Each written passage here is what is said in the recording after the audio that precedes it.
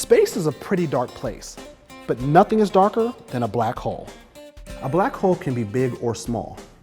From a single atom that has the mass of a mountain to a supermassive black hole that is the size of 1,000,000 suns. Most black holes form when a large star is dying. But don't let the name fool you. A black hole is anything but empty. As the star collapses, all of the matter is squeezed into a tiny space. It would be like squeezing all of Earth into a space the size of a fingernail. The result is a place where gravity is so strong, not even light can escape, making these cosmic monsters literally invisible. Scientists believe every galaxy has a supermassive black hole at its center, including our very own Milky Way.